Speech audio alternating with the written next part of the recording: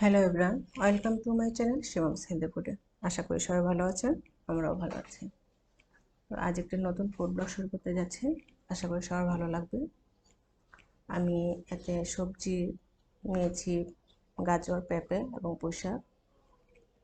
আর এতে আমি 5 ফোড়ন আর শুকনো মরিচ দিয়ে এটা ফোড়ন দিয়েছি। আর গোলা রুটি তৈরি করছি বেলার ঝামেলা ছাড়াই। এতে এই গোলা রুটিটা তৈরি করেছি। খুব সহজে রুটিটা তৈরি করা যায়, খেতেও ভালো লাগে। এই সবজি আর রুটিটা সকাল কিংবা রাত্রে যে কোনো সময় আপনি খেতে পারেন এবং এটা ডাইজেস্ট হয় ভালো। আপনার যারা অসুস্থ কিংবা ডায়াবেটিস আছে তাদের জন্য তো এই সবজি এবং রুটিটা পারফেক্ট একটা খাবার। এতে আমি আটাটা চেলে নিয়েছি আর এতে অল্প পরিমাণ আমি চালের গুঁড়ি দিয়েছি যেন রুটিটা একটু ক্রিস্পি হয়। আর একটু ক্রিস্পি রুটিটাই খেতে ভালো লাগে। আর এতে আমি একটু লবণ দিয়েছি। এতে আমি কুমকুমা পানি এড করেছি।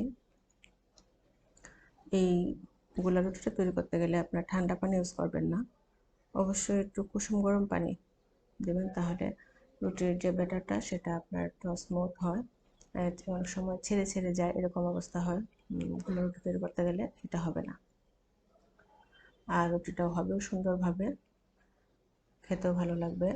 আর এই গরম পানিটাতে আমি অল্প একটু তেল দিয়েছি যেন আটাটা লেগে না যায়।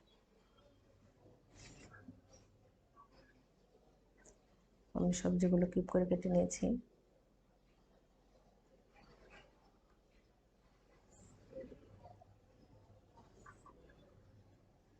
সবজিগুলো হয়েছে কালারফুল। আপনারা আপনাদের পছন্দ মতো সবজি নিয়ে নেবেন।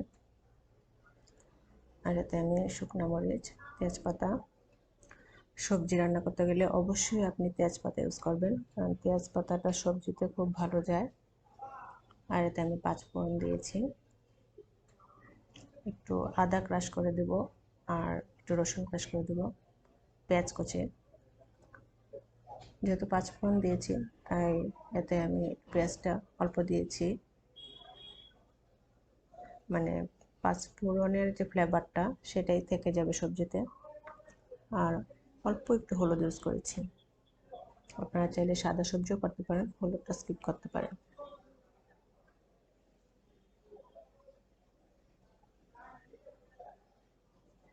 এভাবে সবজিটা তৈরি করে দেখবেন, খুবই সুস্বাদু হয়। আপনি এটা ভাতের সাথেও খেতে পারবেন, রুটির সাথে তো অবশ্যই।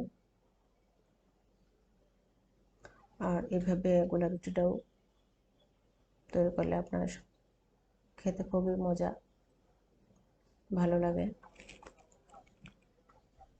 আমাদের ঘরে এই রুটিটা খুব চলে, বলতে গেলে কখন বানাবো আর বেলবো সেই অপেক্ষা না করে তাড়াতাড়ি করেই গোলাটা তৈরি করে ঝটপট রুটি বানানো যায়।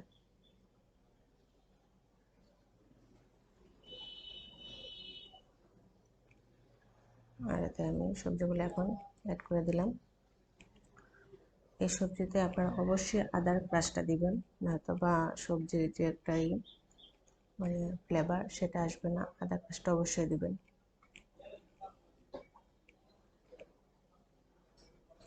আদাটা আপনারা বেটেও দিতে পারেন কিংবা ব্লেন্ড করে দিতে পারেন, তবে আদাটা টুকু আমি এখানে ক্রাশ করে দিয়েছি। আর এতে লবণ অ্যাড করেছি, অল্প একটু হলুদ দিব।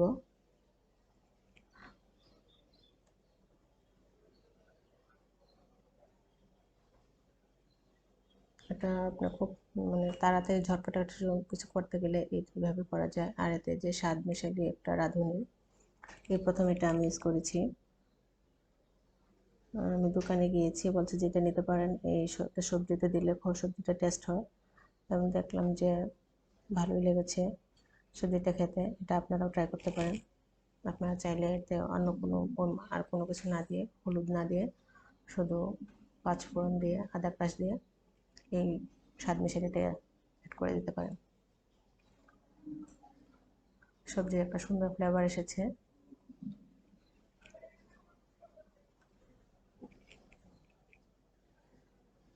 যারা সবজি খেতে না চান, অনেক সময় সবজি খেতে ভালো লাগে না, আপনারা এইভাবে সবজিটা তৈরি করে খেতে পারেন।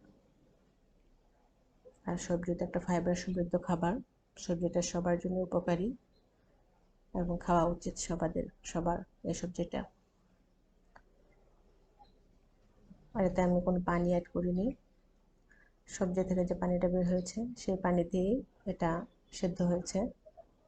আর এতে আমি কয়েকটা কাঁচামরিচ আমি সবজি দিয়ে কেটে রেখেছিলাম তাতে দিয়ে দিয়েছি।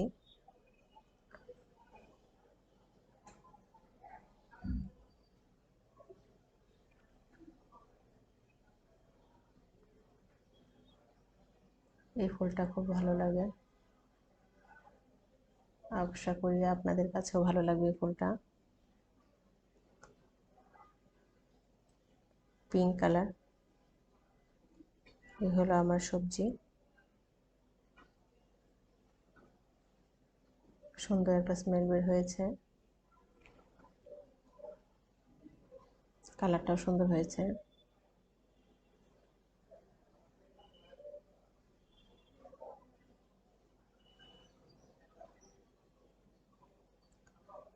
অনেকদিন পর সবজিটা তৈরি করলাম, সবজি খেতে ইচ্ছে করছিল সবজি, তাই ভাবলাম একটু সবজি তৈরি করি আর রুটি তৈরি করি। আর সবাই সুন্দরভাবে খেয়েছে, সবজিটা টেস্টি হয়েছিল তাই খেয়েছে সবাই। সবাই বলতে আমরা 3 জন আছি, আমার মেয়ে সবজি খেতে চায় না, তবুও দেখলাম যে এই সবজিটা একটু খেয়েছে, তার কাছে ভালো লেগেছে এই সবজিটা।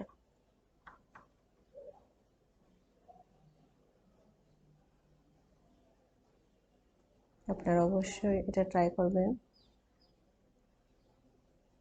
এই যে রুটিটা দেখুন কত স্মুথলি,